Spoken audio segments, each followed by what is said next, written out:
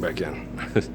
It's 108 out there, so I was out there sun soaking on the back, and I do about closer to 30 minutes on the front and closer to 20 to 25 on the back.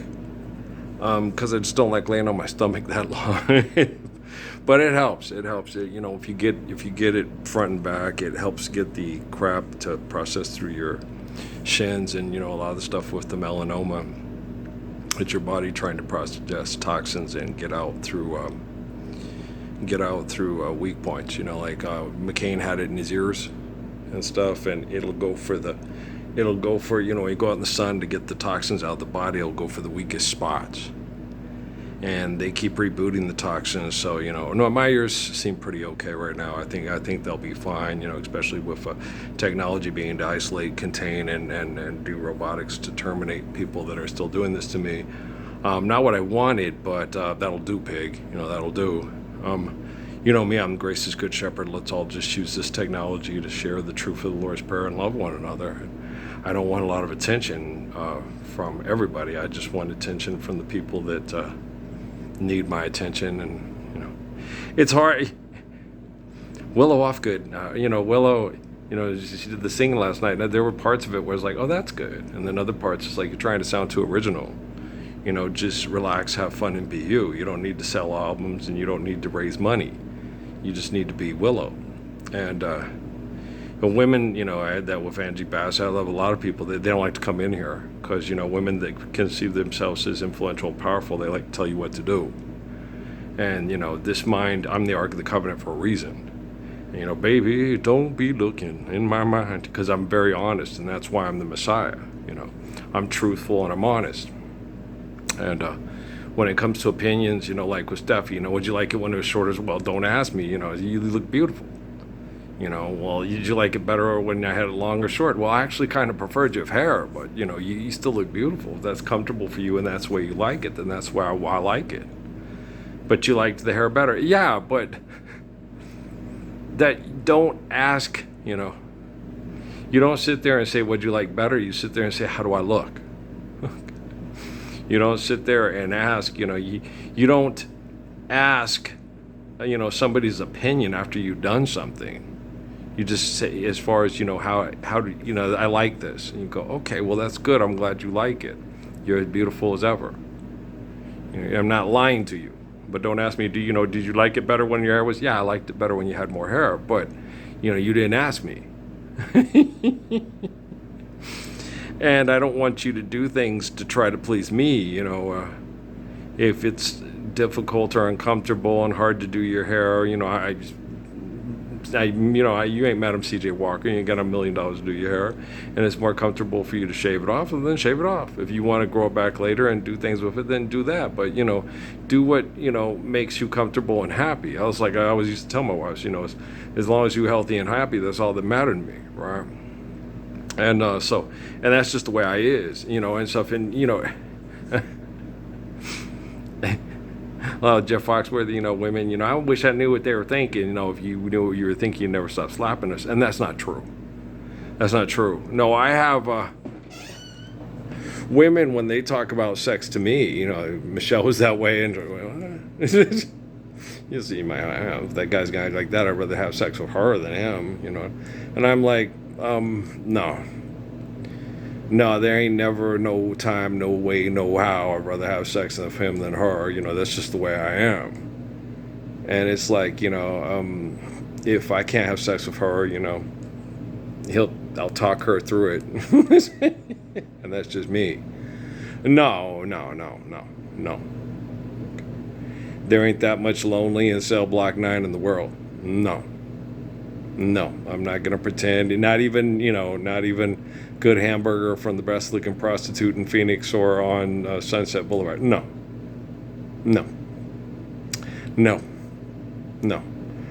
I'm just that way when it comes to sexuality and women. It's just there's not enough lonely, or I can take care of myself, right? I can remember talking about the good old times, and not with Clint Black, but with his sister, and so then that's just the way I am, and I'm not homophobic. It's just that ain't my movie, like I said with Anna and Mike, with the whole thing about gay porn and lesbian porn, and all the guys were saying gay porn's gross, saying lesbian porn's hot, and I was like, well, why can't gay porn be hot for girls? And all the girls, oh, it's disgusting, it's gross. But Anna was the only one getting it, the Persian girl. She's like, he's right. I mean, if, it ain't his movie, right? So he don't want to watch it because it ain't his movie. And, people, then, buddy, you get porn and you go, oh, that's a good idea. And she seemed to like that, And that was the only thing porn was good for was, the in Mormon church, everything's missionary style and this and that. And then you watch porn and go, oh, if you get up on the balls of your feet and put her knees over your shoulders, some of them seem to like that. Okay. Well, that's note to self, right? So there was just a lot of things. I didn't read the Kama Sutra, right? So you get it on porn, And so, at Buddy's house, the bisexual from Syracuse, right? And so, and it wasn't, it just makes for uncomfortable, Dick measuring, it's like Buddy said about Barry Coffee Can. He said we all went skinny dipping, and Barry, when he would get an erection, he would literally get lightheaded and pass out if he was standing up. And it's like too much of a good thing, He gets an erection. He has such a big blood sponge that and he's a big guy. And it was still hard for him because his penis was just so big. And I was like, wow, whoa. Yeah. And I've gotten a lot of that. My son is, very well endowed, and it's caused him more discomfort and uncomfortableness with sexual relationships with women than it's caused him pleasure. And because he's like his old man. I want to find that, I want to, dad, I raised him that way, and he was already by nature that way because he's, genetically linked to me. Because his Steffi, he's going to be my son, and that's not true. You're not going to get King David's son from Elon Musk's ballsack or Tom Cruise's ballsack or Dave Miscavige's ballsack. You're not going to get a man like Patrick from one of them. It's just not going to happen. Okay, he's going to be selfish. He's going to think about himself. He's going to have a Kentucky grandma, Kentucky woman. She's going to kick your ass every time you get selfish every day and every night. She's going to let you have it, right? And so it's very pure. Women don't like to come in here. Amy, she can be comfortable with it because Amy's Amy. Steffi, no. Steffi does not come in here. Law, no. Okay. And I can't make this stuff up when it happens, and then I don't lie about it. If you lie, then the gift does not work, okay? Kate Blanchett and Giovanna Ribisi with the Keanu Reeves movie, so. But you're like, this is about, And was it Rosanna Arquette? Is she related to Patricia and David? Are they all related? I was watching the stuff I stopped watching it about all I want to do in the middle of the evening is hold you tight. I like anybody else like that song. Rosanna, Rosanna. And the guy who wrote it said, no, it's about a girl, like Brandy. It's Randy. It was a girl named Randy.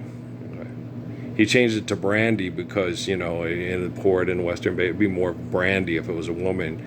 But the actual name of the girl that the song is written about, there's a port in the Western Bay and it serves 100 ships a day. Lonely sailors pass the time out. They say, Randy, you're feeling horny and want to be on the joke on the, So he changed it to Brandy. Because your eyes still say Randy was just there's Randy Crawford but that was after Después. I think that song was famous before her, but that's a very rare name for a female is Randy, and I love Randy Crawford. I love Randy Crawford's voice. Is so good. She has such a good voice. Wrap You Up is so good. Her Every Kind of People is really good because she has such a nice voice. Street Life, you haven't, you should. Crusaders, excellent musicians, excellent voice, good song. It was just the musical stylings. It's kind of sad because, Phoebe Snow and Randy Crawford would have benefited being alive during Sarah Vaughan's and Ella Fitzgerald's and Nancy Wilson's time. Because their voices would have been so much better accompanying the music with a voice like Ella's ringing out. There's no way the band could lose. You can feel it, and when styles are fuck the style. I'm going to sing what I like. I'm going to sing what makes me feel good. I'm not going to try to be original. I'm not going to try to sell. I'm not going to try to relate to these people that are told what to do by assholes with money and computers. Let's fall in love. Why don't we fall in love? You know, that's such a good song, right? And so sing what you want and sing it the way you want. And Pagnini or whatever, the Rhapsody and theme of Rachmaninoff. Oh my God, that song is so good. The one version that Dad has on his CD that I have on my MP3, I like better than the one I liked on YouTube. The smooth transition between the piano and the seamless, you know, it just has this smooth accompaniment, the way they work together. Is absolutely gorgeous. It's the best rendition or interpretation I've heard of it. I have it on my MP3. It's absolutely gorgeous. I love that song. La di da di dum. I love that song. It's gorgeous. I love Rachmaninoff. Yeah. He's wonderful, beautiful music. That man had a flair for the expression of romance and expression of listening to, perceiving, watching beauty, like Claire de Lune, you know, watching the moonlight come. I love the orchestral version of Claire de Lune better than the piano version, because I love they have the strings and I love it. It's beautiful. Yes. A lot of songs like that, if they have a piano and they have an orchestral version, I usually like the orchestra better. You know, because I'm like, whoa, you know, because it's nice, you know, because like, well, you know, Solari and on that movie, you know, and now bring in the oboe, and now bring in the winds, and bring in the, you know, bring in the winds, you know, the wind instruments and the strings, and, you know, it's just, wow, it's neat. Yeah, I like when people get together and can express their love of life and beauty and good, and, you know, just, you know, the things that make, you know, oh, tender love and care makes a life worth living. Tender love and care, that's what I'll be giving. Every day, every night. I don't think, you know, the way that they expressed that song back in the day, it's very Disney. Yeah, it is, but it's absolutely gorgeous. I mean, the way, you know, they arranged it, and Jimmy was really good at writing songs and getting, you know, it's a pretty song. You know, it's a Taco Bell commercial now. It's because you fuckers are stupid. You go put that on and listen to it and go, it sounds like, yeah, it does sound like I bring you a song, drip, drip, drop, little April showers. He hung on to that kind of, that was before his, the generation that he was in, you know, it was just carrying over the traditions of the generation. That was like 30s and 40s music, and he was in the 50s, but he continued in that tradition and didn't waver from it, because that's where he was comfortable and liked. He did some things differently, like Child of Clay and other things, and he has a version of Windmills in Your Mind that's really good, and you know, he's just a wonderful singer, and but we just need to stop debt and trespass and egotistical expression for competition and comparison and stuff, and I'm working on it. You know, I got a lot of work to do, and I'm going to keep doing it. I know how selfish people are, and, you know, I know I'm in the epicenter of the most selfish,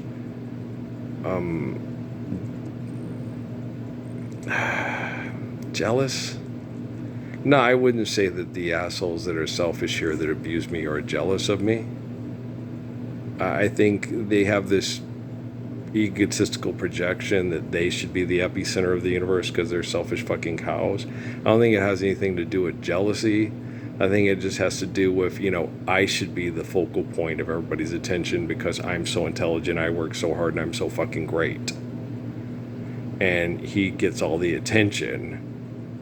And it's not fair because everybody else is just lazy and they're stupid and they don't work hard. And I think that's more or less what I get from these assholes in close proximity to me. It's not jealousy. It's just like we need to get rid of him and all his fat people and his people that want to eat chili cheese fries and pigs in a blanket. And so that's because, well, let's forgive debt and trespass, love one, eternal, faithful peace, and, restore the ecosystem and restore the family and not have us go out and have to, build things to your greatness like your fucking Great Wall of China. And then we'll see how much we want to kill ourselves with comfort food because we know we're going to be tortured to death and murdered by the freeway and the Freon factory, you fucking asshole! You would be wise to be so fucking jealous of me that you can't stand your fucking face ever again. Right? All you assholes in close proximity to me that are business partners with all the people, oh, he kicked her ass. Oh yeah, don't wear them open-toed shoes when you talk to a bitch like that. No, wear a pair of Jack Dempsey shoes so you can kick that 50-some-odd yard field goal with your wooden foot that got blowed off in the Vietnam War and shit. Yeah. That's how he had a flat wooden prosthetic foot that he kicked with. His name was Jack Dempsey, I think, or I can't remember what the guy's name was. But for the longest time, he had the NFL record for the longest field goal kick. And it started, most people kicked it with the toe, but he had a distinct advantage because of one of his arms. He had a stuffed arm, a prosthetic arm and a prosthetic leg. And that's how they kicked it toe. And they didn't start being able to kick balls farther and longer until guys started coming in and doing it soccer style. Because kicking with the toe, that's how I practiced, was kicking with the toe, because that's the way they did it. But soccer style is, that's how you get the Taylors and those guys kicking at 63 and and did the Bates kid and stuff, and you can kick it 65 yards because you're kicking it soccer style and you can get a lift on it. When you're kicking it straight on with your toes, it's American, But Dempsey, he kicked like a 56-yarder. I can't remember what his first name was. But I think his name was Dempsey, but he kicked it, and then I looked at him, I was like, what's that? Mom said, well, he's got a prosthetic leg, and it's a flat club, so when he kicked it, he could kick the hell out of it, and it would go. And it was basically almost like being able to kick it the way the prosthetic was made was, where you could kick it. But the thing is, you can guide it and kick it and lift it better when you kick it soccer style. You just have to have good control over it. And you can also bend it, like, you can be on the one hash and kick it and get it to straighten out. When you kick it soccer style, you can kind of push it and pull it with the leg and the foot and stuff. So, it was like that. But I watched this one video they had with Cristiano Ronaldo, when greatness meets greatness. You didn't have any videos with your son that you said you drink too many Fantas with. I wouldn't call it when greatness with greatness, but when you meet somebody that you should realize is your peer, and he looks you in the eyes, and like Al G said, I saw bright, I thought it was, I looked into a baby's eyes, and I thought I saw the same one. Is, the moment you see those little eyes looking at you, those are the most important eyes you're ever going to meet, except for the little girl celebrating her birthday at the Chinese restaurant in the parking lot where the fries was at the, at the Mongolian barbecue of Amy, Mom, what was the best day of your life? The day you were born. Daddy, what was the best day of your life? The day I met your mother. You're supposed to say my birthday. And if I had not met your mother, you really love a woman. You love a woman. You show her that she's really wanted, right? Why did Mom say the day she met your father? Well, women sometimes get raped into it, and they have to raise that child to be better than the man that raped them. It's still, my love, I'll never find the words, my love, to tell you how I feel, my love. When your love is true, you can put your love into any child, no matter what the circumstances is, to continue love on earth, despite the fact that you have to, deal with the devil every day, and the devil won't get the fuck out of your house because they're pathetic. Anybody want to make some washing machine satellites? Yeah, fuck you. Okay. That's all you do is front and lie and fucking die. You know? It'd be surprising as hell if the richest man in the world could pull his head out of his ass, tell his dad to go fuck off, and tell his kids, I love you. Earl's my father, and that guy who killed black folks in South Africa with uranium didn't bother. I don't want to be like that pile of shit. I want to be legit. I want to be like Earl. Willow, weep for me. Willow, weep for me. Lay your branches down on the ground and cover me. Listen to my plea. Bend and weep for me. You feel sorry for yourself so much that nobody else has time to celebrate. You know, I'm that type of person. My dad's very stoic. When I went in to go miss the mixed course, he goes, wow, he seems really, makes Bird jealous, but he doesn't get real excited. He's just very stoic. It's just the way he is. Me, I'm like, isn't that beautiful? Isn't that wonderful? I'm like little Sarah Dingler. You know, it's like, that's such an amazing talent. It's so beautiful there. Oh, that's amazing. Well, thanks for sharing that for us. Do that again. Let's record that so we can share that with everybody there now, you know. And that's how I am. You know, I'm the type of person who's like, this is Ella Fitzgerald's. You know, I'm that type of person, you know. I'm very exuberant about it. That is wonderful. That's beautiful. But I'm also very brutally honest, like with the little girl that sang The Greatest Love at All on Amy's graduation. It's like, Amy, who told that girl she could sing? Some of you need to sit her down and say, hey, maybe we ought to just play Whitney Houston singing it. And, you know, maybe you ought to do it in 3/4 time, so show the people a little mercy, you know? She's like, Amy's like, Carl, it's true. Everyone's thinking it. I'm just the only Bernie Mac that showed up and said it.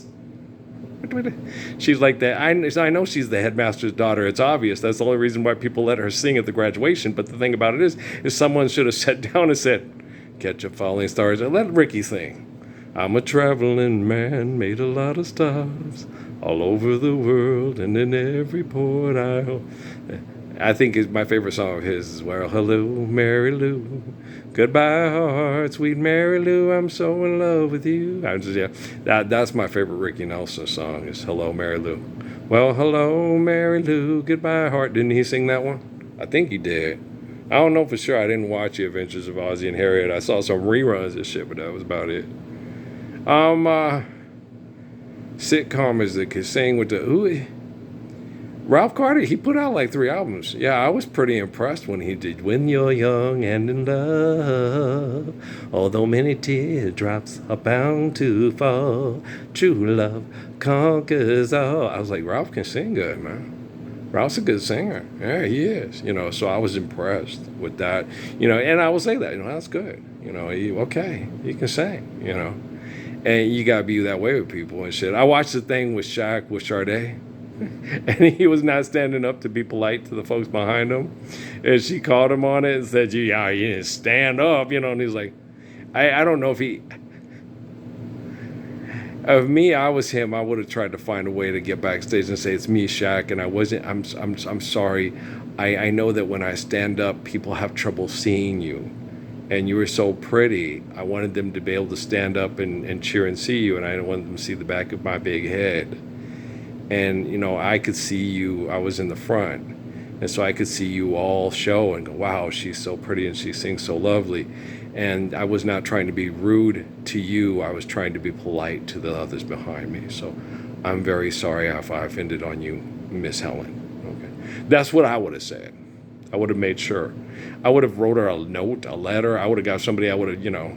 No, I need to tell her. Why? Because if I tell one of the guys in the group, they ain't going to pass it on. I know how you all trifling ass motherfuckers is. Shit. You take it and pass it off as your own. You act like Psalms came from you. You act like Proverbs comes out of your ball sack and not mine. You know, I know how you is. Trifling ass motherfuckers. I've been putting up with this for over 10,000 years, y'all. Curse with the sword. If that's what they want to say. The curse isn't the sword. The curse is that I still have to use it to clean up your fucking mess. You're the curse. You need more time to rehearse your verse? Just submit to faith and infinite glory, and then we won't have to suffer the curse of the sword no more. Right, bitch? Uh-huh. Mm-hmm. Give me the paper, give me the pen. You know what I'm saying?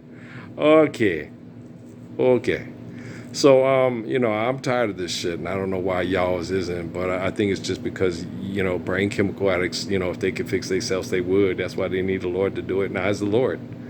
Life's eternal and grace is infinite. No, Jesus is not a cartoon character put out by Jerome and Constantine for you to say, he's better than you are. Okay, I'm the only one standing up for the Lord's Prayer in your generation, so that makes me better than you. Jesus stood up for the Lord's Prayer in his generation, what made him better than all the people like you. Okay, we have quantum computing now. You're welcome. Thanks, Jesus. You're welcome. I know that's like thinking myself. That's why I got fussed at by all those stupid fucking bitches affecting everybody's brain activity at Fort Huachuca. When Alan Gibson tell me, well, maybe Muhammad and Jesus screwed up. But I'm like, no, they didn't. They were right. What they gave us was absolutely perfect. The Lord's Prayer is perfect. It's deliverance from evil. And they're all monitoring at the fort going, it's just because he's him. And then, when you sit down and you break it down, it's not fair. All the fat. I'm the protector of. I had that with the Phoenix Lights with the story I told Chief. He said I should have turned into a screenplay like Tina told me about when I explained history, because people through history talk to me. She said, you ought to turn this into screenplays. You'd be the greatest historical writer, the greatest, better than Kim Burns. Well, people don't talk to Kim Burns to live the Lord's Prayer to save their children from his ego, but they talk to me to do it. So you know what I'm saying? So he don't talk to Harriet Tubman. I does, He don't talk to, none of those other folks, Frederick Douglass, Fred Hampton, Malcolm X, Steve Biko, Bob Marley, Haile Selassie. I do. I'm Earl from the Book of Revelation. You're not me for a reason, and I'm me for a reason. And if people still can't understand that, you need to quit using Constantine's and Jerome's egotistical projection of Jesus as your alter ego, because it's not working for nobody, because you ain't standing for the Lord's Prayer with me. Okay? The Lord is the Lord for a reason. And the Lord stands up for perfection in word commands to save us from the evil of trapping the soul in the mind. He did it year one. He's doing it now. And we've got quantum computing, so things are radically different than Jesus' time. Okay, you're dealing with Earl. And me and the Father are one. And there's a reason why I can take control of quantum computing globally, and all the people that think they're in control of it are not. It doesn't matter how many washing machines, fucking satellites you have, what kind of a compound in Austin, Texas you have, and how many compound districts assholes who think they can sit down, write things on piece of paper and turn it into a law you have. Just because the motherfucker's in a wheelchair doesn't mean he's any nicer of a person than fucking Stephen Hawking saying, have sex with the 12-year-old, your wife is a fat slut bitch. What does that make your wife? Your wife sleeps with you, and you watch them sexually abuse my wife, and it affect her daughter and affect the kids, and don't do a damn thing to stop it. I'm the only one standing up to stop all this kind of egregious behavior and activity, because it applies badly in physics, and it stunts our mental and emotional and psychological development, so we don't have good forms of relative, faithful, interactive communications, because nobody wants to talk to you, because you don't listen to anybody worth talking to. So you can talk to all the scientists that are trying to theorize their way out of their egos, but it ain't going to do you a damn bit of fucking good.